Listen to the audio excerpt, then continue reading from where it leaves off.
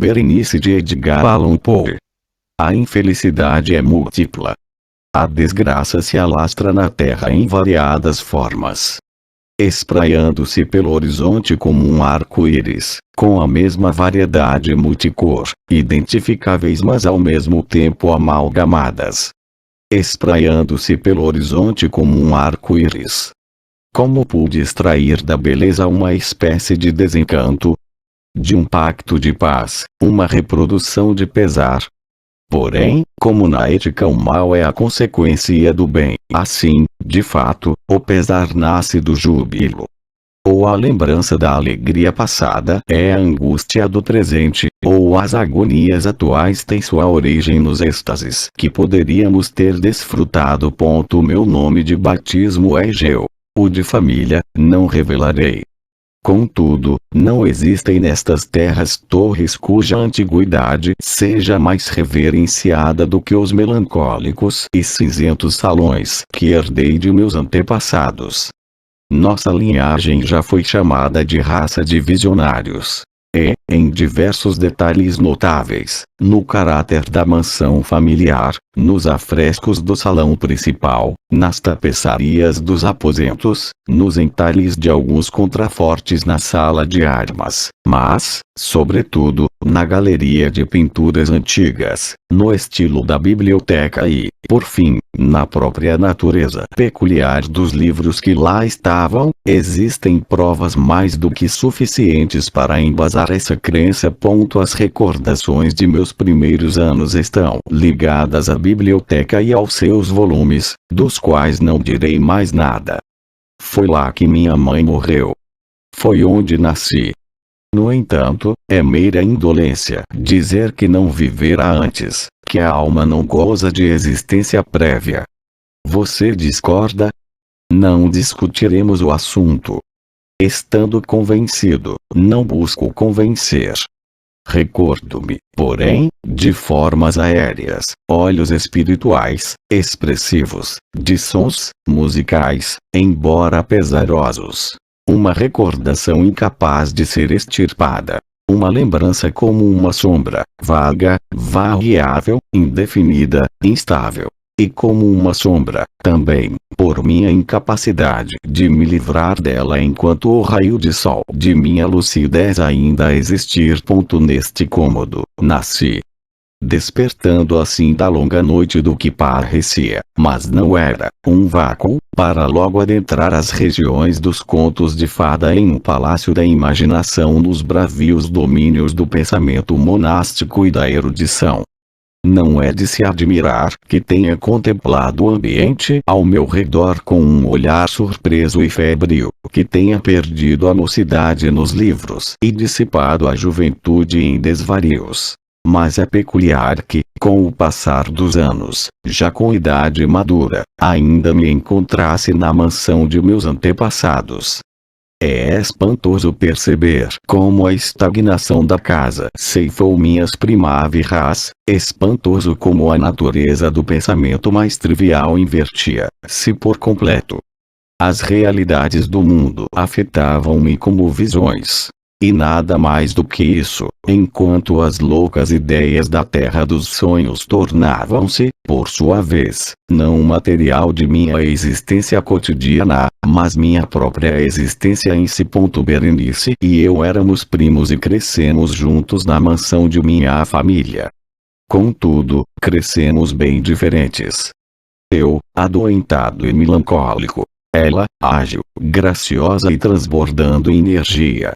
Ela, passeando pelas colinas. Eu, enclausurado estudando.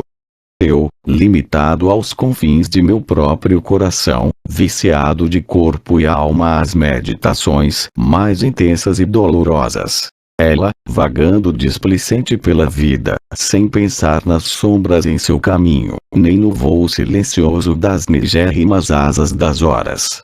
Berenice, o nome dela invoco, Berenice. E das ruínas encanecidas da memória, milhares de recordações tumultuosas despertam com o som.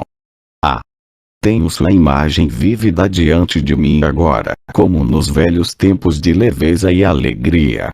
Ah! Uma beleza deslumbrante, ainda que estranha. A sílfide entre os arbustos de Arnhem. A náiade em suas fontes. E então tudo é mistério e terror, e um conto que não deveria ser contado. Uma doença fatal, desceu como um Simum sobre ela e, diante de meus olhos, o espírito da transformação a fustigou, impregnando sua mente, seus hábitos e seu modo de ser, de maneira ainda mais sutil e tenebrosa, modificando até mesmo a sua própria personalidade. Ai de mim! O destruidor veio e foi embora, e a vítima, onde ela estava? Eu não mais a reconhecia, ou não a reconhecia mais como Berenice. Entre a numerosa sucessão de enfermidades acarretadas pela primeira, fatal, que operaram uma transformação tão horrenda na constituição moral e física de minha prima, devo mencionar como a mais perturbadora e obstinada uma espécie de epilepsia que, não raro, culminava em um transe que se assemelhava deveras com a morte e cuja recuperação se dava, na maior parte das vezes, de maneira assombrosamente abrupta. Entre mentes, minha própria doença, pois me disseram que assim devo chamá-la, minha própria doença se agravou, adotando, por fim, um caráter monomaníaco de forma inédita e extraordinária, piorando a cada hora, a cada instante, e, enfim, tomando-me por completo de maneira incompreensível. Essa monomania, se devo nomeá-la como tal, consistia em uma irritabilidade mórbida das faculdades mentais que a ciência metafísica denomina de atenção. É bem provável que eu não seja compreendido, mas receio, de fato, não ser possível, de maneira alguma, transmitir ao leitor comum uma ideia adequada da intensidade nervosa de interesse com a qual, em meu caso, as capacidades meditativas, para evitar termos mais técnicos, se ocupavam e se sepultavam, na contemplação até mesmo dos objetos mais prosaicos do mundo. Meditar por longas horas incansáveis com a atenção fixada em algum artifício frívolo na margem ou na tipografia de um livro. Quedar-me absorto durante boa parte de um dia de verão em uma sombra excêntrica projetada de modo oblíquo na tapeçaria ou em uma porta. Distrair-me por uma noite inteira observando a chama fixa de uma lamparina ou as brasas de uma fogueira.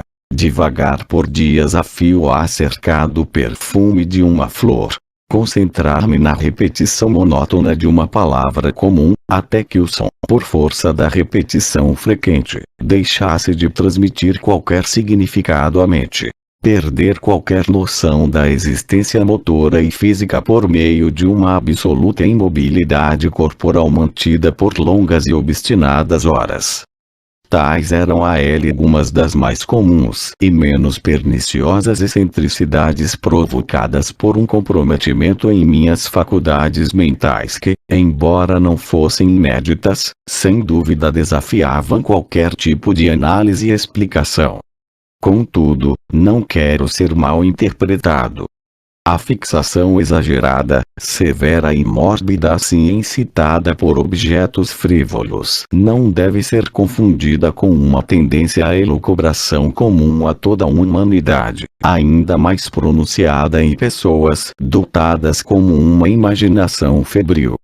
Não era sequer, como se poderia imediatamente supor, uma condição extrema ou exagero de tal propensão, mas algo primário e essencialmente distinto. No primeiro caso, o sonhador, ou entusiasta interessado por um objeto em geral não frívolo, sem perceber perde o foco no objeto em si para engajar-se em um emaranhado de deduções e sugestões por ele provocados até que, ao fim de um opulento devaneio, perde de vista o estímulo ou a causa primária de suas reflexões, que terminam esquecidas por completo. Em meu caso, o objeto que me capturava era invariavelmente